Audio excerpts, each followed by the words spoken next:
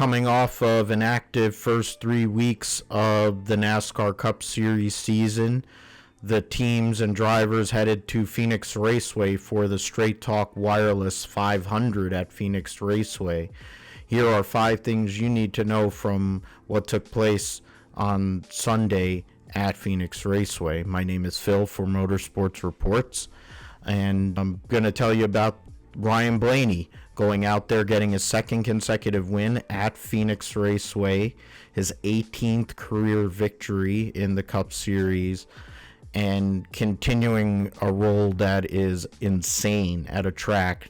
9 top 5 finishes in the last 10 races, an average of 5.1 average finish in the last 10 races.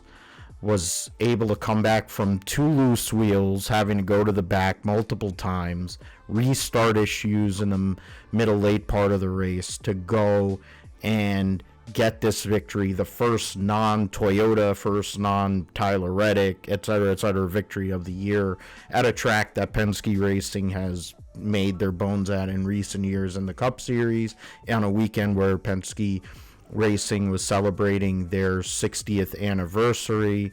They go and get the double with the IndyCar win and the Cup Series victory for the driver of the number 12 this weekend, sponsored by Dent Wizard Ford Mustang. He led 28 laps and won stage 1, has moved up to second in points with his result Sunday. Christopher Bell ended up second. That was the driver that Blaney ended up holding off.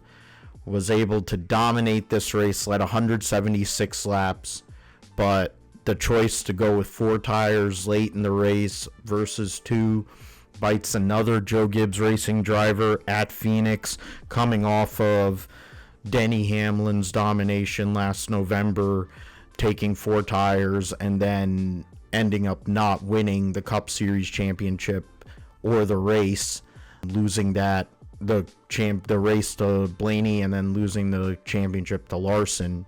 Bell won stage 2's defending race winner at Phoenix, but won stage 2, led the most laps as I mentioned, and Gibbs was able to get 3 out of their top 5 cars, or 3 cars into the top 5. 1 car that didn't get there we'll mention later. Tyler Reddick, who I mentioned with Blaney earlier, his try for 4 in a row never really came off. He said he basically had a 5th place car for today's race. His teammate Darrell Walsh Jr. is up there as well, had to come from the back to make something happen.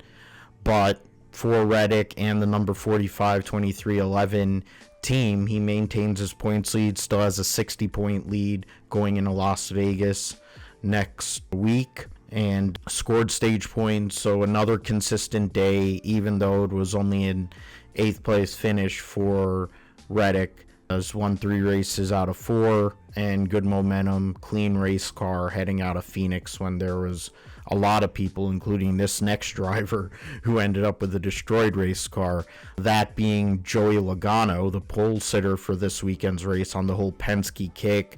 Both poles were won by Penske, both race wins were Penske cars, but for Logano, unlike David Malukas, did have a strong start to the race, had good stage points, 3rd in both stages, led the 2nd most laps in this race, but was involved in 2 major incidents, one that involved Ross Chastain on a restart, and then the 2nd incident where he was in the bottom of 3 wide and made contact with AJ Allmendinger, which triggered a multi-car incident, which caused one of the 12 yellow flags, the most in track history. Logano ends up leaving Phoenix with the stage points, but not the finish that he really wanted. His teammate Austin Cindric, who I'm going to mention here shortly, amongst those affected there, but Logano was up front, a track that he's won at before, and a big weekend for Penske, but ends up triggering a couple of incidents that he really didn't want to or need to do, and said so as such in his post-wreck interview at the medical center.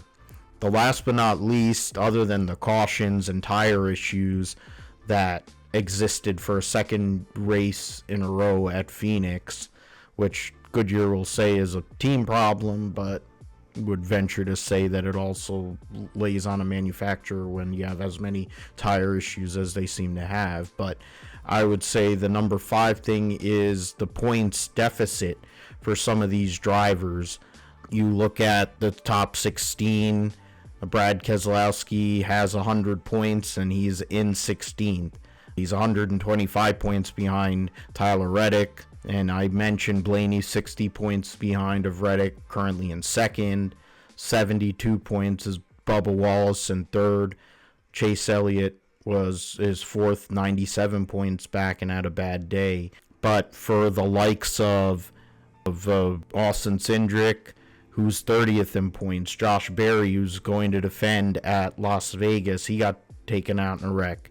Chase Briscoe, who was running up front and has had a third, 35th place or worse finish in 4 races, wrecked out of the top 5, and now stands over 70 points out of 5th, let alone 53 points out of the 16th and final position, only ahead of 3 drivers, and one of them, of course, an Alex Bowman, who didn't even start this weekend's race because of vertigo. So for guys like Briscoe, Cindric, Dillon, who has won races recently, and other people who may have a chance, Ross Chastain is currently 23rd in points. Those are all drivers that are scuffling early in this season after 4 races, and Bowman, of course, if he can come back, hopefully he'll be healthy.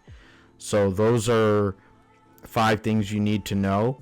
And for this and more NASCAR news, stay tuned here to the Motorsports Reports and listen to the Grip Strip podcast that I do with my good friend Josh on all podcast platforms.